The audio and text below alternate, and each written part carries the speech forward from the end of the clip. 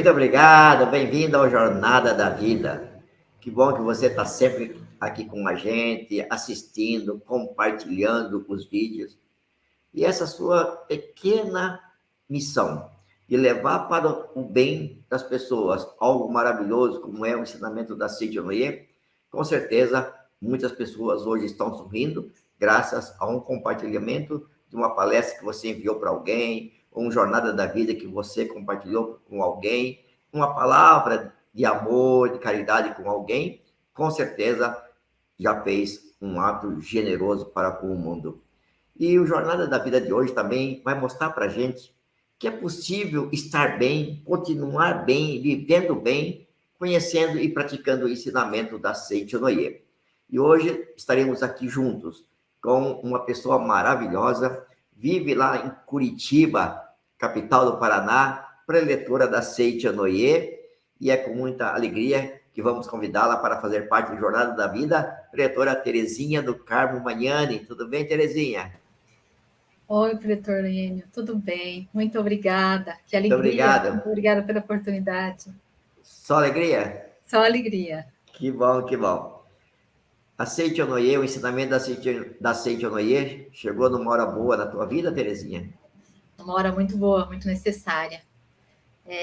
Eu ia completar 18 anos, tinha migrado do interior para cá, do interior do Paraná para Curitiba, e estava me sentindo muito pobre, muito abandonada, não tinha amigos, entendi o que era a diferença de classe social, ganhava salário mínimo, tinha saído de casa, deixado minha mãe preocupada, porque resolvi vir para cá com 16 anos, então, vida financeira difícil, ganhava salário mínimo, tinha que pagar escola, estudava numa faculdade privada, enfim, e um dia, nessa altura, eu morava com a cunhada do meu chefe, que era um escritório de contabilidade, irmã de uma senhora que divulgava Seiichi Noye em Jaraguá do Sul. Devo muita gratidão a ela, dona Erna Ginter-Emendorf, minha gratidão.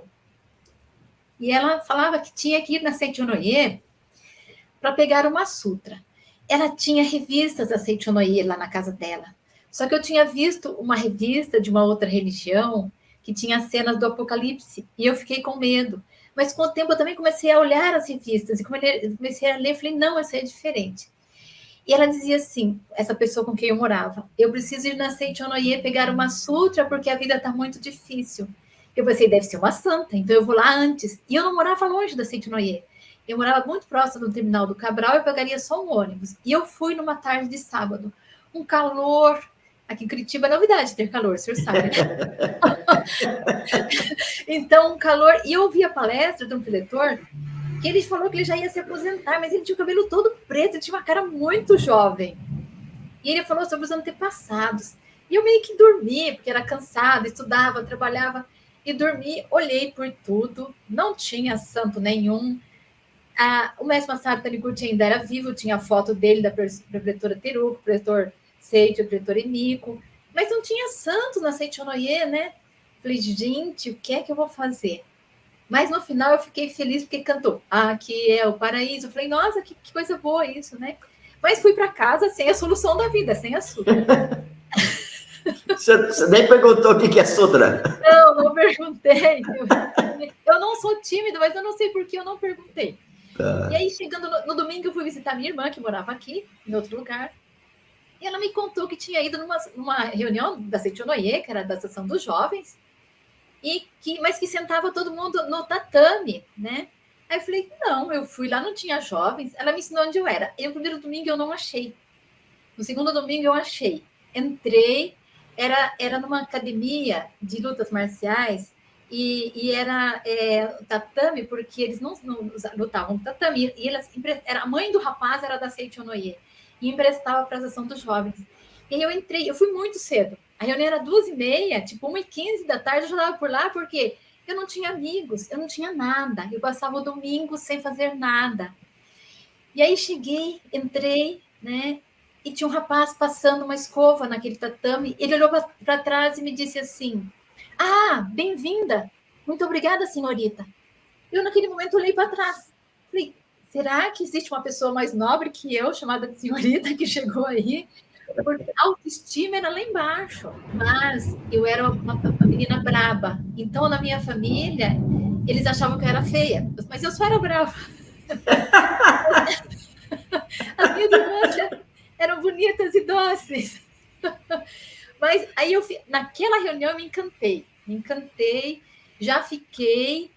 Tinha uma preletora que estavam fazendo campanha para convenção nacional, que era na ginásio da Portuguesa, 2 dias, um salário mínimo, eu não tinha um centavo, né?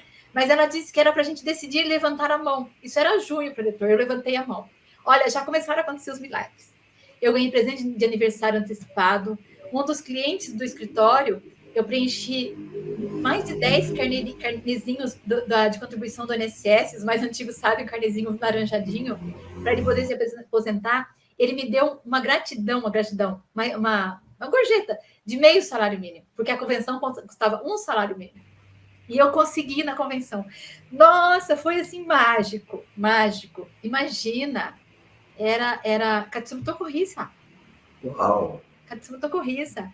O relato da Josefina, lá do Rio Grande do Sul, que tinha se curado de uma doença que na época não tinha nem nome, hoje chama-se ELA, aquela doença degenerativa, e ela dizia que ela começou a ir na Seichonoye e que ela às vezes não conseguia caminhar, ela ajoelhava para andar e atravessava a rua ajoelhada, porque não tinha onde segurar. Eu fiquei impressionada, maravilhada. E o tema da convenção, mestre, conte comigo. Eu voltei com uma fé, comecei a participar do Ação dos Jovens, e no final do ano eu já era secretária da regional. E as coisas começaram a acontecer muito rapidamente. Logo eu consegui entrar na época do Banestado em Informática. Eu tinha passado no concurso do Banestado do Banco, fui chamada em seguida. Entrei na Universidade Federal do Paraná, daí não precisava mais pagar escola. Também fui morar num local que era muito, que também era bom e era quase grátis. E minha vida começou assim, uma evolução. E muito interessante. Eu ainda tenho a minha carteirinha de missão sagrada dessa primeira associação dos jovens em que eu participei, de 1985. Aliás, eu tenho um museu de coisas aqui. Museu de coisas de Seichonoye aqui, desde os nossos vários distintivos de Tokuhasenshi, enfim. Então, isso foi assim, na minha vida, fui perdendo aquele complexo de inferioridade. Na sequência, passei no concurso do Banco do Brasil. Em 1987, eu já era presidente do CER, aqui, dos jovens da regional. Fizemos a Convenção Paranaense, a primeira Convenção Paranaense, que foi um sucesso. A liderança que a gente tem amizade até hoje, de Londrina e Maringá. E em 1967, quando saí da convenção, eu fui assumir no Banco do Brasil, em Guarapuava. Aí as coisas ficaram um pouquinho mais difíceis, não tinha ação local. Eu, no seguinte, em 1988, me casei. Os anos iniciais do casamento não eram fáceis, a sociedade lá não era muito acolhedora para as pessoas de fora, mas eu fui superando, fui convidada na época para fazer o exame de preletor, porque eu tinha me afastado e precisava daqueles relatórios, né? A doutora Sueli Cornelsi, com muito amor, foi lá no arquivo morto da Seichonoye, recuperou meus relatórios, veio o convite da sede, eu não sabia de onde tinha vindo, fiz o exame de preletores, e aí, já preletora, levava a minha segunda filha já no Moisés, fundamos a Associação da Pomba Branca em Guarapuava. E foi assim uma maravilha, mas eu queria sair de lá, eu queria voltar para Curitiba. E aconteceu algo muito interessante, que eu entendi, então, a relevância da nossa missão. O preletor Nuque, aqui de Curitiba, me disse, a senhora tem que formar preletores lá. E quando a gente fez, então, o módulo, pela primeira vez, o módulo de estudos da Seichonoye, com esse material encadernado, que nós formamos lá, então, 3 preletoras. Naquele ano, eu pude voltar para Curitiba. Então, aí só alegria, né? Que estavam minhas irmãs, tive umas dificuldades, porque eu me divorciei, né? Um pouco antes de vir para cá. Uma época em que o ex-marido acabou, não queria, não sei se não queria, se realmente resolveu mudar de vida. E eu fiquei preocupada, né? Porque lá ainda em Guarapuava, nós fomos até Francisco Beltrão para atuar no ciclo de estudos. E um preletor de Francisco Beltrão, naquela época, senhor não lembra, o senhor é muito jovem. Não, não é da minha época. Eu lembro. A inflação era 90% ao mês. Não era ao ano nem a década, não, gente. Hoje é 90% a década. Era ao mês. Só que ele ganhava em dólar e não existia inflação para ele. Aí eu falei, não, diretor, o senhor tem que me ensinar como é que é isso. Ele falou assim, Terezinha, vou te ensinar. Jamais descuida da contribuição da missão sagrada e da oração para os seus antepassados. Que são nossos atos de retribuição de amor. É o nosso retribuir, não é nem dar, né? E eu aprendi, diretor Hélio, nunca mais descuidei. Então, eu sempre tive minha vida financeira. Olha, nunca nenhuma conta minha foi paga fora do vencimento. Nunca. Mas nessa ocasião, eu fiquei preocupada porque não estava organizada a pensão, né? Alimentícia, desorganizou. E eu tinha os 2 filhos. E eu queria que eles tivessem as oportunidades que eu não tive, que estudassem num bom colégio, eles realmente estudaram num bom colégio. Meus filhos hoje são os 2 médicos, professor. Por esforço deles, por decisão deles. Graças a Seichonoye, esse ensinamento maravilhoso, nós conseguimos que eles fizessem a PUC aqui de Curitiba, que é excelente universidade, né? E são felizes nas suas vidas. O ensinamento contribuiu sempre, sempre. Inclusive, quando estudavam, uma vez o meu filho me perguntou sobre a forma humana, por acaso ele estava em casa, e eu disse, preencha aí com seu nome. E ele falou, o que é esse 6 aqui? Eu falei, êxito nos estudos. Aí ele falou assim, mas eu estou tirando notas ainda não muito boas, estou pegando final. Eu falei, bom, mas é que você está contando só com a forma humana, você não está fazendo a sua parte, que é estudar. Porque meu filho tem uma cognição privilegiada, mas ele não gosta de ficar decorando coisas. Então, a Seichonoye sempre permeou muito a minha vida. Mas aí, nessa ocasião, eu fui a Ibiúna, porque eu tinha que decidir se eu ia, então, entrar na justiça contra o meu ex-marido ou não por causa da pensão. E, mais uma vez, esse ensinamento maravilhoso me salvou. O preletor me disse assim, olha, você tem esse direito material e algumas pessoas talvez achem que seja a sua obrigação. Mas e se acontecer ele estar numa circunstância que ele não pode contribuir e ele for preso? Como é que fica para esses filhos a mãe que mandou perder o pai? Aí ele olhou para mim e disse assim, você tem capacidade infinita, você não precisa dessa pensão. Cresça profissionalmente, guarde isso na poupança. Quando ele começar a me ver, guarde na poupança. Diretor Enio, foi a libertação. Eu realmente cresci profissionalmente. O dinheiro foi para a poupança e por muitos anos compramos carros à vista e foi uma maravilha, graças a essa orientação maravilhosa que eu tive desse diretor. E tem uma coisa muito interessante. Eu nunca separei as carreiras. A carreira doutrinária e a carreira profissional sempre juntas. Por uma ocasião, meu filho teve um problema de saúde e eu fiquei muito preocupada. Naquela época eu ia a pé, o banco eu trabalhava perto daqui.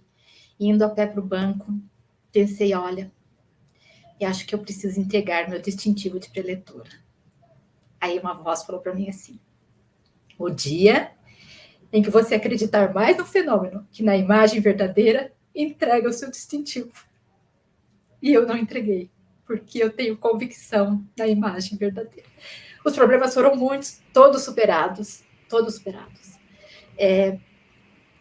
Nós continuamos, né, nossa jornada, e como eu falei, a carreira profissional e a carreira doutrinária juntas, né, sempre me dediquei ao movimento, e ouvi uma palestra, um curso do preletor Heitor Miyazaki, na época ele era o coordenador da Missão Sagrada, e decidi que eu ia, então, aumentar a contribuição, não lembro quanto era, aumentar a contribuição em R$150. Isso foi no domingo. Na quarta-feira, eu fui a São José dos Pinhais, que é aqui na nossa região metropolitana, que nós conduzíamos lá um estudo sobre o livro Comande Sua Vida com o Poder da Mente, que foi um livro que me salvou a partir de 1998, como ele foi... Nossa, esse livro, eu já apresentei muitos livros desses. Eu confio absolutamente no ensinamento desse livro. Então, eu fui até lá fazer esse estudo. Quando eu voltei, eu vi que meu celular tocou, mas caiu a bateria. Chegando em casa, os meus filhos disseram: mãe, o pai ligou. Bom, eu sabia que ele estava desempregado. E eu pensei, vai pedir dinheiro emprestado. Porque mesmo, veja como é maravilhoso. Reitor, pensa que maravilha. Uma mãe com 2 filhos, escola particular, natação, inglês, a vida toda, sem a contribuição do pai, ainda tinha dinheiro em poupança. Veja que bênção que é isso. Nossa, isso não tem. Bom, aí liguei para ele, ele disse, olha, eu consegui um trabalho e eu não vou poder dar o valor que está no nosso divórcio lá, mas eu vou te mandar, então, 30% do meu salário. Bem, vamos fazer as contas. Eu tinha decidido em fazer um acréscimo de R$ 150. E os 30%, então, eram R$ 1.500. Naquela hora eu pensei assim, nossa, como eu sou limitada, estou limitando até o salário do ex. Se eu tivesse decidido... Dos 300, isso 3 mil, né? Ele iria ganhar R$ 10.000, que todos seriam mais felizes. Então eu compreendi, né? Compreendi o dízimo. E o dízimo ele é infalível, né? Tanto que tem religião que diz Deus é fiel, é porque Deus é fiel.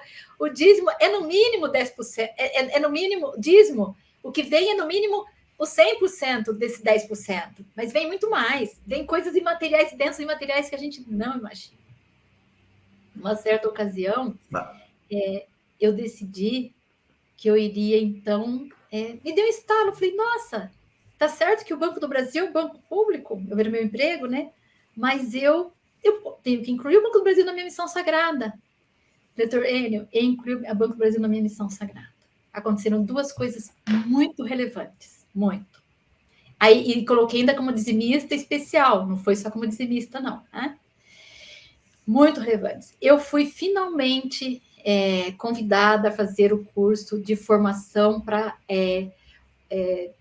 educador corporativo, que era uma elite do banco.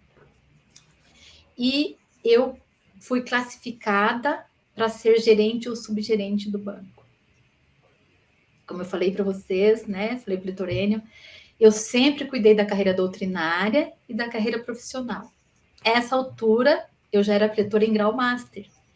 Eu fui pretora em grau master, eu já tinha mais de 40 anos. E as pessoas diziam, nossa, você é muito jovem. Hoje os jovens também são. Falei, não, eu não sou jovem. Eu só não perdi o compasso. Quando eu pude ser de líder de iluminação, naquela época eu tinha que esperar até a idade de 35, né? Eu fui para pretor júnior. Quando deu os 2 anos, eu tinha os requisitos, eu fiz a prova e fui sênior. E depois de 4 anos de sênior que eu fui ser júnior, até demorei. A minha nomeação de master demorou 5 anos. Então, realmente, eu sempre falo para as pessoas, olha, nós não estamos aqui para uma vida pessoal, individual. Nós que trabalhamos para o movimento somos seres públicos, estamos a serviço de um ensinamento grandioso, nós precisamos prestar atenção nisso. Né? E aconteceu nessa ocasião, então, eu, além de ser educadora corporativa do banco, eu passei a um cargo em que eu ganharia mais 3 vezes mais do que eu já ganhava. E com esse salário, eu sou hoje uma feliz aposentada, posso ajudar toda a minha família, posso ajudar as pessoas. Dinheiro nunca mais foi problema para mim e jamais será. Né? Então, levem a sério a dedicação mental, física e monetária. É fundamental. É fundamental. Terezinha, nesse tempo todo, dentro do ensinamento da Cintia Noé, essa sua dedicação, essa convicção, essa fé, essa doação para o bem do próximo, o que te fez você acreditar no ensinamento da Cintia Noé quando começou a participar? Fala, puxa vida, é isso. Foi lá buscar a santa, mas não encontrou a santa, né, mas... Então, Pretoriano, naquela época, nós tínhamos poucos livros, né, traduzidos.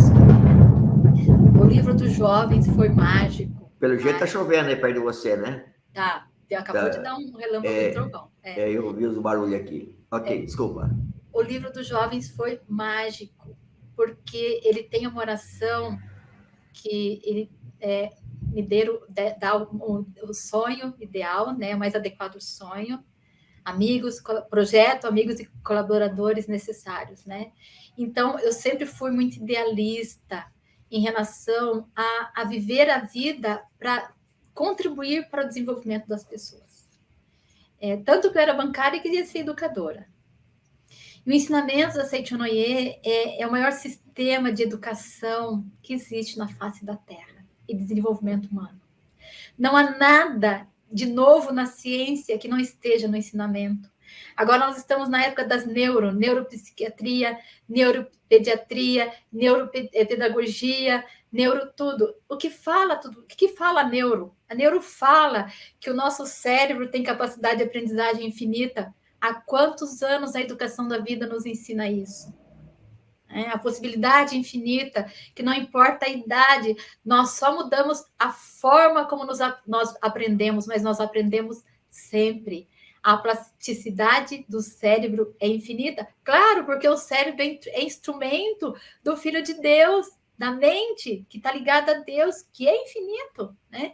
Então, e com isso, veja, esse meu ideal, meu projeto de prosperidade no final dos anos, de tantos anos, né? Desde 98 eu tive contato com o projeto de prosperidade.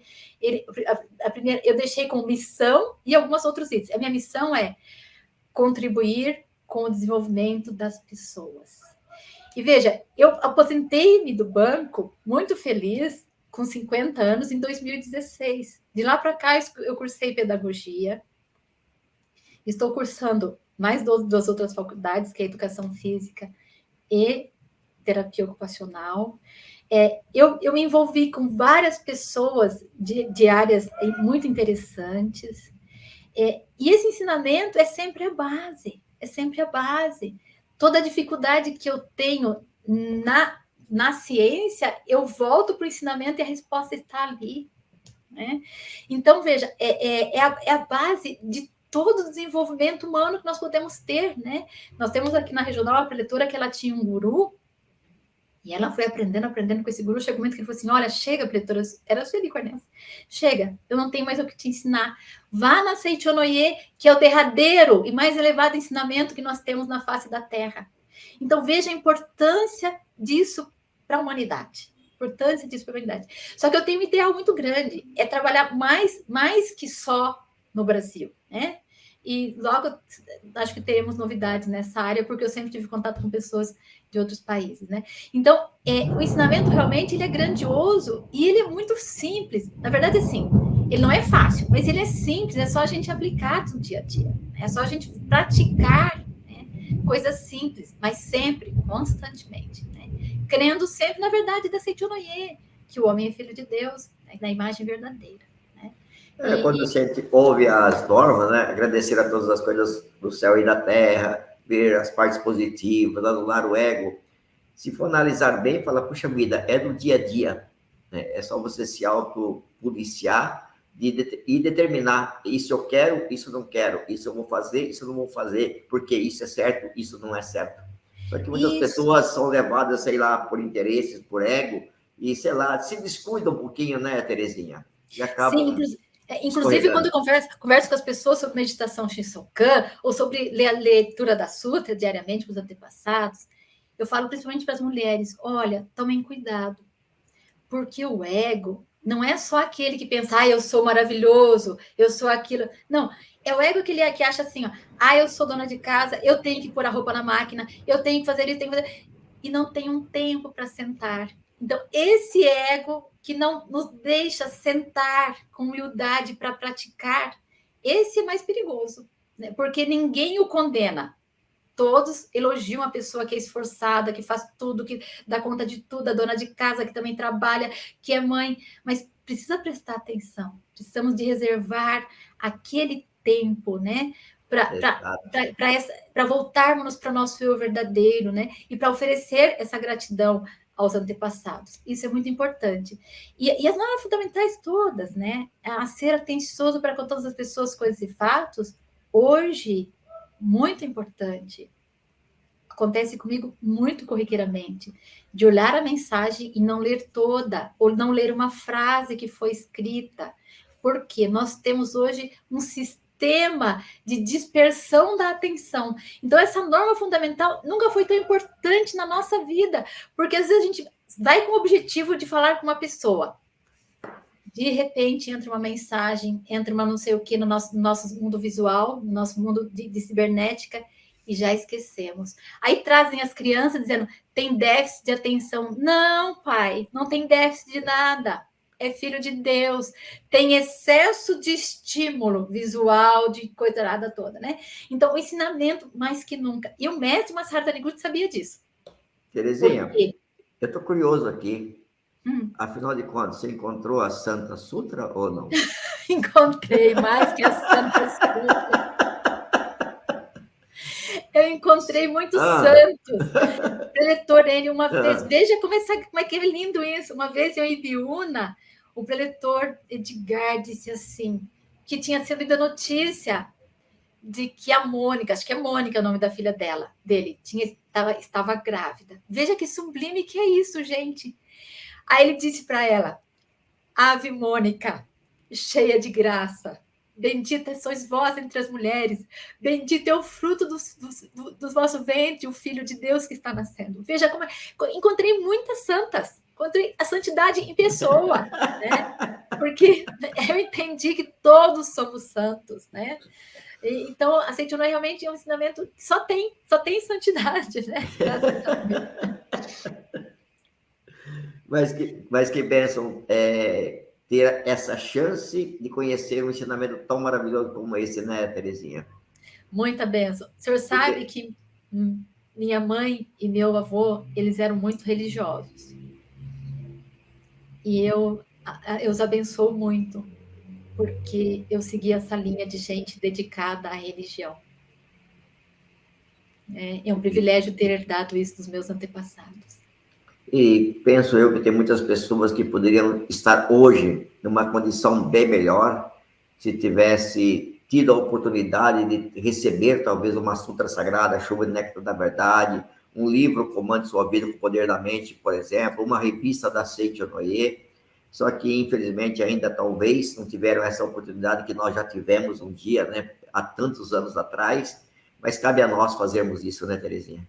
Com certeza, preletor. E assim, quanto mais nós participamos e vemos a relevância disso, né? E hoje nós temos, né, essa oportunidade dessa cibernética, desses canais todos. Precisamos prestar atenção e dar muito carinho a essas pessoas, porque muitos que estão chegando na Seichono Oie assistiram pela primeira vez uma reunião virtual, né? Exato. Nesse domingo passado, eu fui fazer a palestra presencial e estava lá um casal novo. E ele disse, eu participo toda manhã com vocês da meditação Shinsokan. Eu sou o Leonardo. Falei, Leonardo, que interessante. Veja o grau de convicção dessa pessoa. Ele há vários meses, a partir das 5h55, ele está participando da meditação Shinsokan, conosco virtual que nós fazemos na regional. E no domingo passado, pela primeira vez, ele foi numa reunião presencial. Então, veja o potencial que nós temos na mão e a oportunidade de divulgar esse ensinamento maravilhoso. E eu falo quase toda manhã, leitor, porque eu que faço um bom dia aqui para as pessoas na meditação Shinsokan. Precisamos entrar no canal da Seichono Oie, nos inscrever e deixar o nosso like, porque precisamos de visibilidade de mídia. É um dar tão simples. Às vezes a pessoa pensa que ela precisa dar dinheiro, que ela precisa parar a rotina dela toda para ir lá na Seichono Oie fazer faxina. Não precisa nada disso.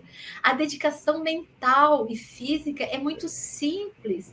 E isso é uma dedicação. Ela se inscrever no canal, ela deixar um like, ela mandar uma palestra para uma pessoa. Isso é dedicação. Mandar um livro, uma assinatura de revista, né? São coisas simples. O ensinamento da Seichono Oie, de uma certa forma, é a luz do seu caminho, Terezinha.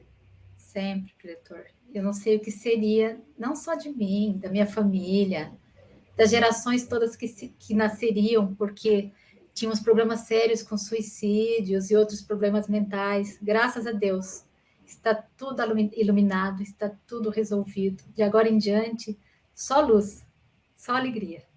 Maravilhoso. Muito obrigada. Obrigado, Terezinha. Obrigado por compartilhar com a gente aí a sua experiência de vida, a sua fé, a sua convicção, a sua doação, dedicação. É fantástico e maravilhoso te ouvir sempre, viu? Muito obrigado, que Deus te abençoe. Muito obrigado a todos que acompanham Jornada da Vida. Por favor, compartilhe sempre, né?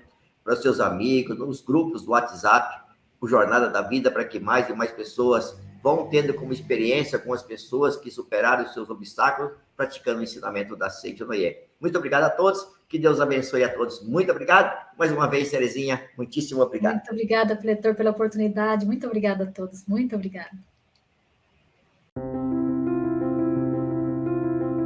O maior evento espiritual da Seiichi Onoye do Brasil será realizado no dia 16 de abril de 2023, quando manifestaremos em conjunto a nossa imensa gratidão aos antepassados e entes queridos.